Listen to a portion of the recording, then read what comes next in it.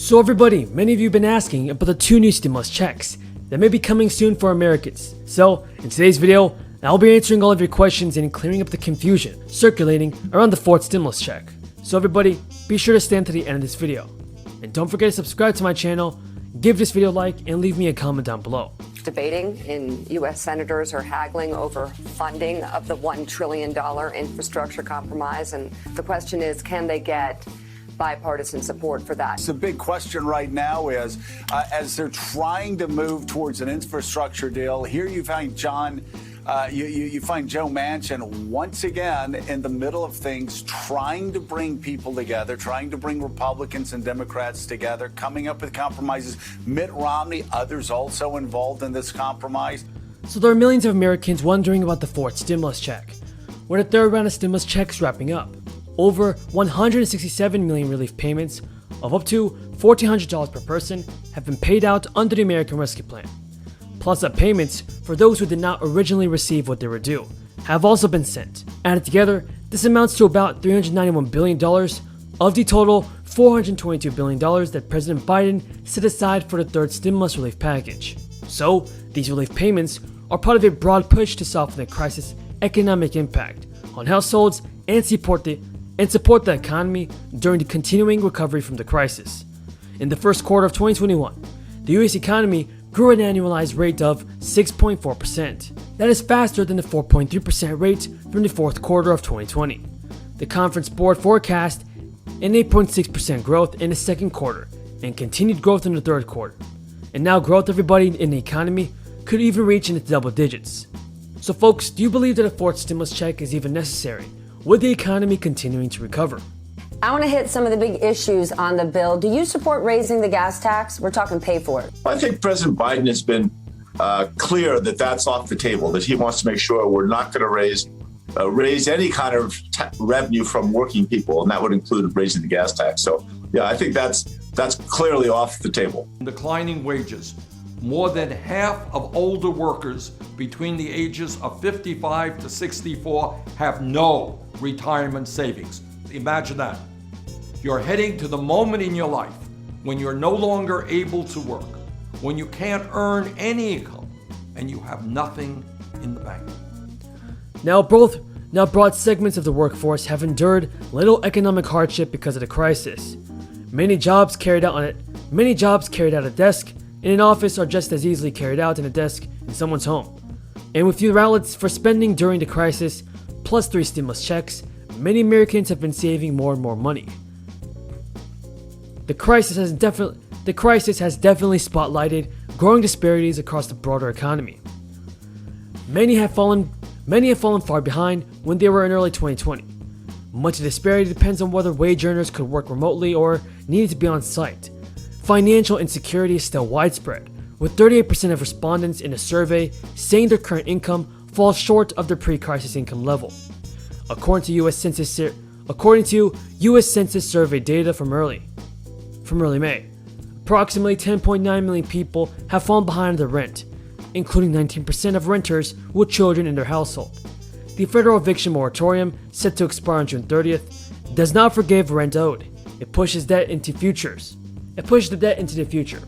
So millions are also struggling to pay their mortgage. Over a quarter of American adults reported some difficulty keeping up with expenses in the prior week.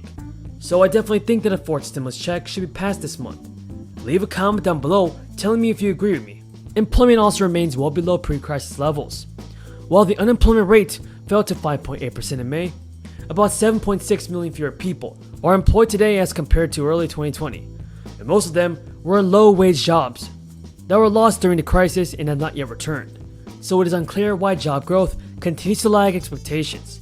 Some have argued that overly generous benefits are making unemployment more attractive than working. Others believe that those willing to work cannot find jobs with the wages and benefits that they need to survive. Many states will actually try to force the issue and push people back into the job market. These states, all led by Republicans, will stop accepting the $300 federal unemployment benefit bonus for their citizens in the coming weeks. California workers are facing a steadily worsening backlog for the unemployment claims, a reminder that the economy has not yet fully recovered. The federal unemployment bonus and the previous round of stimulus checks has also helped those Americans still waiting their recovery to pay bills and put food on the table, but they were a short-term fix for a longer-term problem. The money may run out well before many people can once again earn a living wage. That is why it's important for more stimulus money to be sent out to the American people ASAP. In fact, more congressional lawmakers have lent support for fourth and even fifth stimulus checks to help people get back on their feet as the crisis winds down. In a letter to the president, Democratic members of the Ways and Means Committee joined other congressional members in support of more stimulus checks in 2021. The letter urged President Biden to approve a plan which is going to allow recurring federal direct payments. One of the best proposals for the American people would be the Automatic Boost to Communities Act, as according to Representative Pramila Jayapal and Rashida Tlaib. And according to Representative Pramila Jayapal and Rashida Tlaib, the bill would immediately provide a $2,000 payment to every person in America as critical relief during the crisis, followed by $1,000 recurring monthly payments throughout the crisis. So, that is the end of the video, everybody. I hope everyone found this video useful and helpful. Can you hear me, Mr. Chairman? We now hear you, yes. Okay, thank you. Sorry about that. Thank you, Chairman Clyburn and Ranking Member Scalise, and I want to thank Chairman Powell for being here today. Last summer when the former Fed chairs, Bernanke and now Treasury Secretary Yellen, testified before this subcommittee, I expressed some concern that the excessive spending by Congress and money printing by the Fed might cause inflation. Mr. Bernanke denied this, saying that people said there'd be inflation in 2008, but they were wrong. Mr. Chairman, the numbers are in, and it looks like there's some inflation, at least the past couple of months, 4 and now 5%. When Congress spends trillions of dollars and the Fed prints money, something's got to give. Prosperity isn't created by government. I don't believe it's created by workers, by businesses, by entrepreneurs. Creating and inventing, innovating. I founded a healthcare company, grew that company up to over $200 million in annual revenue in just 8 years, and I have a little bit of experience on understanding how to create jobs, grow business, etc. And I genuinely believe those businesses out there are looking at this inflation as a tax. Now, it's a hidden tax, but they see it as a tax on their ability of B2B transactions with B2B customer. Every dollar the government spends has to come out of somebody's pocket. Whether it's through another tax or a reduction in their purchasing power, it comes out.